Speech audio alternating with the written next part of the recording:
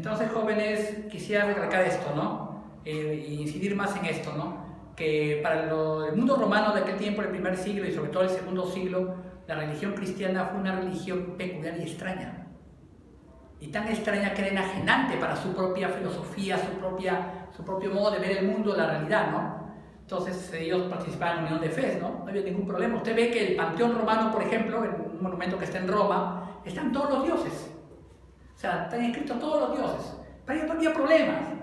Para ellos unían sus fees. Conquistaban pueblos y tu Dios puede ser nuestro Dios, no hay problema. Eso no iba con el cristiano. El cristiano es exclusivista. Su religión es exclusiva.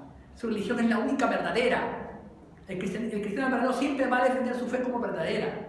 Porque eso tiene que ver mucho con lo que fue también el judaísmo. Como única religión verdadera y aprobada por Dios. Único pueblo escogido. ¿Se da cuenta? Entonces, los cristianos no son el pueblo escogido, son la religión verdadera y escogida por Dios. Entonces, ¿qué pasó? Los emperadores romanos comenzaron con edictos a perseguir a los cristianos, de tal modo que en total fueron 10 persecuciones en un lapso de 2 siglos, casi 2 siglos y medio, acabaron con los cristianos.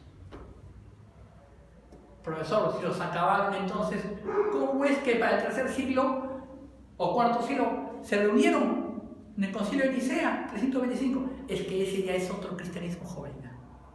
Ya nace otro cristianismo. Ya. Va guardando doctrinas cristianas, pero les va dando otra connotación.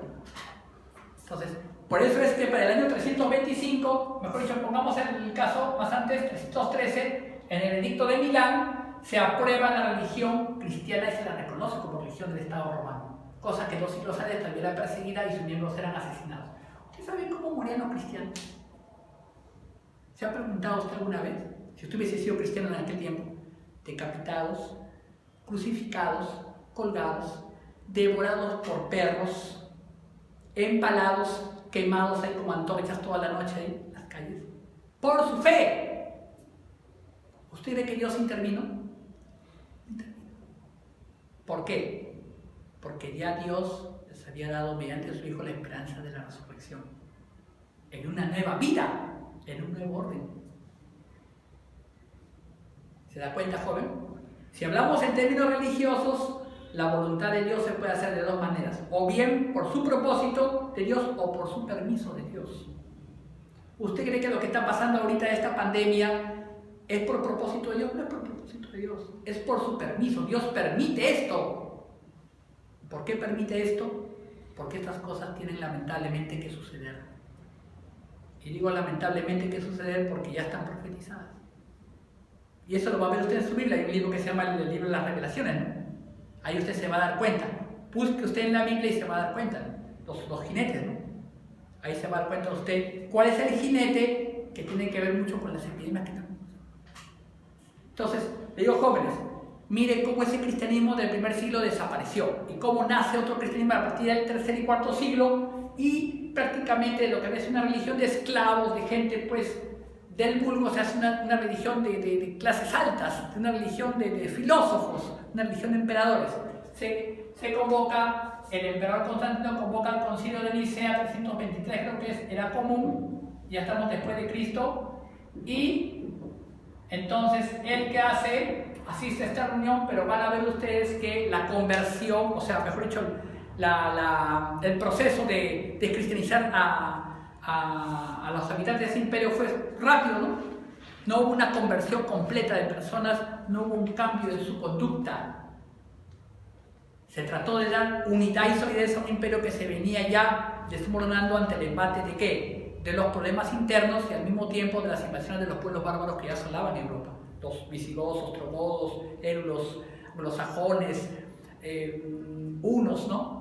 Entonces ya el imperio romano estaba cayendo, entonces necesitaba una unidad y por eso es que se da esto, ¿no?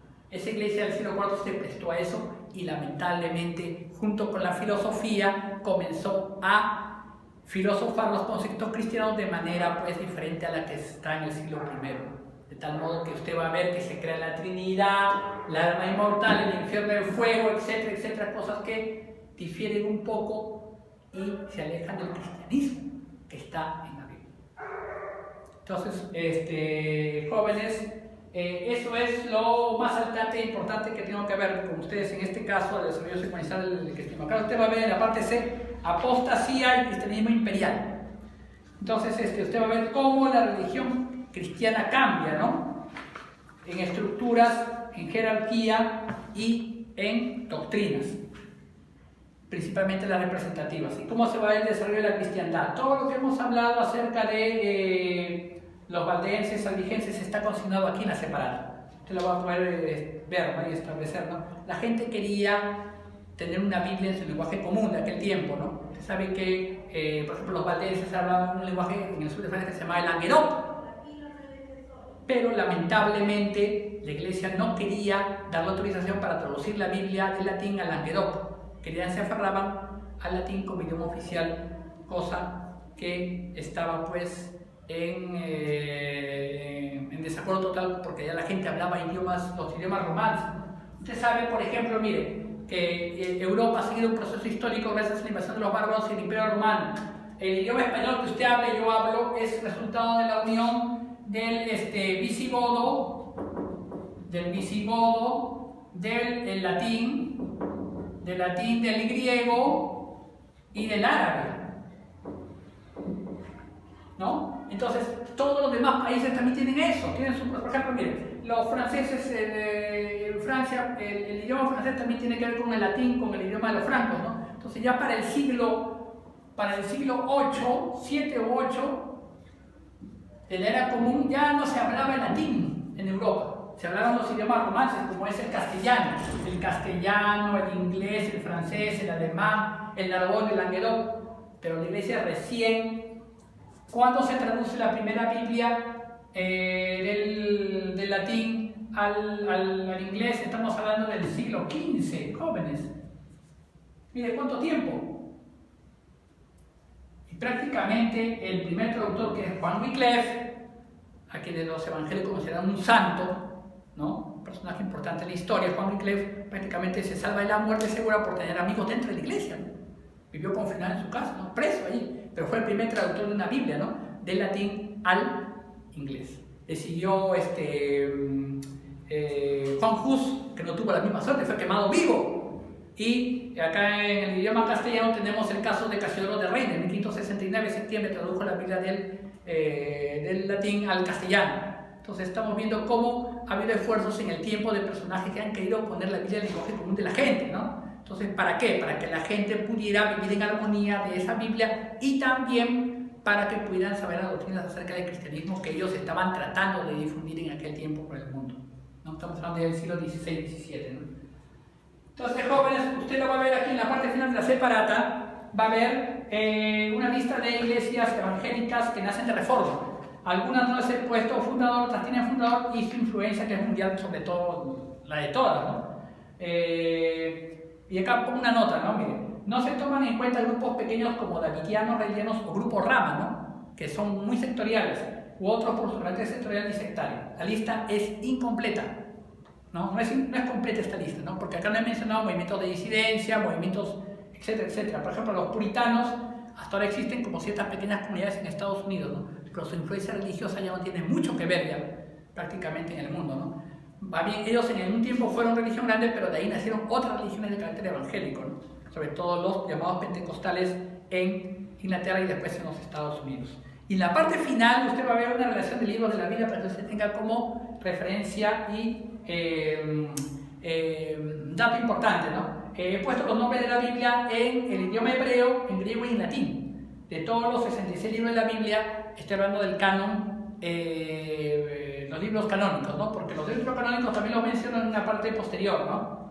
Por ejemplo, usted lo va a ver ahí que nos estamos refiriendo en origen al texto masorético hebreo y también los autores de cada libro bíblico, ¿no? Tanto el Antiguo como el Nuevo Testamento con el significado de cada nombre, y su construcción y su mención en hebreo y en castellano. Vamos a ver también lo que son los libros deuterocanónicos. Acá está la tabla de libros del Antiguo Testamento, ¿no? Completo ya. Mire, el escritor, el nombre del libro, el escritor, dónde se escribió y cuándo se completó el término de la escritura, ¿no? Lo mismo va a ver usted la mención de los deuterocanónicos que aceptan solamente los católicos, ¿no? Tanto ortodoxos como católicos. Y por último, la redacción de libros del Nuevo Testamento o escrituras griegas cristianas, que son 27 aceptados por todos, ¿no? Y usted va a ver que el apóstol Pablo es el mayor escritor de libros, tanto de las escrituras griegas como del Antiguo Testamento, ¿no? Prácticamente ha sobrepasado a todos. Y el cuestionario en la parte final.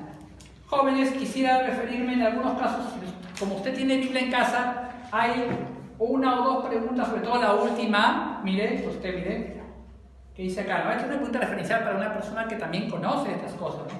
La tercera dice, ¿por qué es tan importante el sacrificio o muerte de Jesús, ¿no? ¿Usted sabe que la muerte de Jesús es importante? Por supuesto que sí. La muerte de Jesús es importante porque gracias a ese sacrificio se abre la perspectiva de vida eterna aquí en la tierra. Y no solamente eso, se abre la perspectiva de que Dios haya un pacto con un pueblo especial llamado el pueblo cristiano o los ungidos a la orden de Cristo, que son los 144.000, ¿no? Y al mismo tiempo también ver que el libro del Apocalipsis está escrito en lenguaje simbólico, ¿no? Por ejemplo, la última pregunta, mire, la epidemia o pandemia que actualmente sufrimos está profetizada en la Biblia. Diga usted o diga con qué símbolo está identificada y cómo se manifiesta. Búsquelo en el libro de Apocalipsis o Revelación capítulo 6. Ahí usted lo va a encontrar. Uno de los jinetes, le estoy diciendo, ¿no? Porque son 4 jinetes que están cabalgando, ¿no? Ahí va a encontrar la respuesta. Mire, por ejemplo, si usted vive en la Biblia y entiende cuál es la parábola acerca del amor al prójimo, tiene que poner el doble de la parábola, nada más. La parábola de, listo, nada más. ¿Cuál es la parábola que significa mejor el perdón? ¿Cuál es la parábola sobre la obra de predicación de las buenas nuevas? ¿Cuál es la parábola que significa mejor el obrar cristiano? Usted lo va a ver en su Biblia. Ahora, en la pregunta 7 yo le pregunto a usted, ¿cuál es el fruto del Espíritu mencionado en el Nuevo Testamento y que forma parte del vivir cristiano? Son solamente 9 palabras que usted me va a poner nada más. Los católicos lo llaman virtudes teologales, se le he puesto. Son 9. Usted lo va a encontrar en el libro de los Gálatas. Dando más ayuda, mire, para que usted lo busque. El libro de los Gálatas, usted lo busca. El libro de los Gálatas es un libro del Nuevo Testamento, ¿no? Y usted va a ver otras preguntas que han sido sacadas de la separata, ¿no? Mire, por si acaso, por ejemplo, ¿no? Mire, en Éxodo 34:14 Dios manifiesta tener otro nombre, ¿no? Aparte de su nombre que hemos dicho, Yahvé o Jehová, en Éxodo 34:14 Dios manifiesta tener otro nombre. Mencione cuál es ese nombre y por qué es así y qué tiene que ver con su adoración de usted, si tiene religión cristiana o religión que usted le brinda a Dios, ¿no? Entonces, yo le voy a dar un adelanto, ¿no? El segundo nombre que Dios tiene en Éxodo 34:14 dice celoso. Dios dice, mi nombre es celoso. ¿Y por qué usted cree que Dios sea celoso?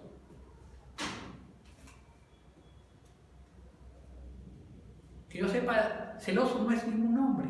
Jehová es nombre, Miguel es nombre, Juan es nombre, María es nombre, pero celoso no es nombre. Dios da a entender que la adoración solamente debe ir a Él. La veneración, la simpatía, el amor, el apego, la esperanza, la adhesión profunda del corazón debe ir solamente a Él. Y si va a Él, esa persona, disculpe que diga esto, no, esa persona está aprobada por Dios, porque está cumpliendo su voluntad. No se olvide usted, toda la Biblia es una enseñanza a la persona para serle fiel a Dios. Y serle fiel a Dios significa también serle fiel a sus mandatos. Y los mandatos de Dios, jóvenes, no son mandatos gravosos, son mandatos que incluso le hacen bien a usted en su salud física, emocional, espiritual, le hacen bien a usted todavía, fíjese. ¿Quién no quiere vivir en paz consigo mismo? En paz con su prójimo, con su pareja, con sus amigos, con sus vecinos, con sus amigos. Es cierto y lo digo, Jesús no inventó la regla áurea, la inventaron los romanos. No hagas a otros lo que no quieras que te hagan a ti. Pero Jesús la difundió y la puso como parte también de una doctrina cristiana, la regla áurea. Así como los hombres hacen a ustedes, hagan de igual manera a ellos. No hagas a otros lo que no quieras que te hagan a ti, la regla de oro, ¿no? Entonces, jóvenes, usted va a ver, mire, por ejemplo, ¿cuántas personas se lamentan en no haber controlado emociones y haber abandonado un matrimonio, haber dejado un cónyuge, haber abandonado hijos, por no ser fieles. ¿Se da cuenta? Y eso tiene que ver con el cristianismo, tiene que ver con la doctrina cristiana. Claro que nosotros no somos perfectos, pero el arrepentimiento también forma parte del cristianismo. No se olvide, joven, no es tarde. Primeramente usted es joven y segundo tiene vida. Y lo más importante de todo también es tener una buena relación, tanto con usted mismo, consigo mismo, como con su Creador. Jóvenes, creo que en gran resumen esta es toda la clase del día de hoy. Cualquier referencia al director. ¿No? Gracias. Muchas gracias.